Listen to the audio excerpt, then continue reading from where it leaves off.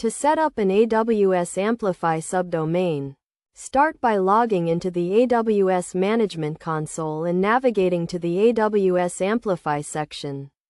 Create a new Amplify app or select an existing one to configure the subdomain. The first step is to verify the domain ownership in AWS Certificate Manager. This involves creating a new certificate and following the validation process, which typically involves adding a TXT record to the domain's DNS settings. Once the domain is verified, you can proceed to create a new distribution in the Amazon CloudFront service. Select the verified domain and choose the SSL/TLS certificate you created earlier. Configure the distribution settings as needed, including the default root object and error pages.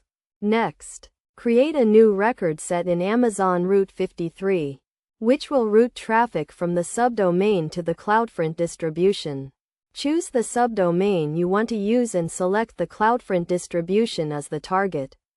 After setting up the record set, update the DNS settings for your domain to point to the Route 53 nameservers.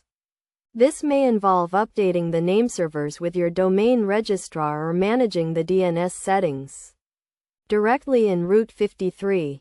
To finalize the setup, verify that the subdomain is working correctly by testing it in a web browser.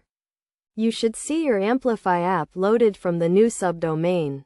Best practices for AWS Amplify subdomain setup include using a secure SSL/TLS certificate, configuring proper DNS settings, and testing the subdomain thoroughly to ensure it is working as expected.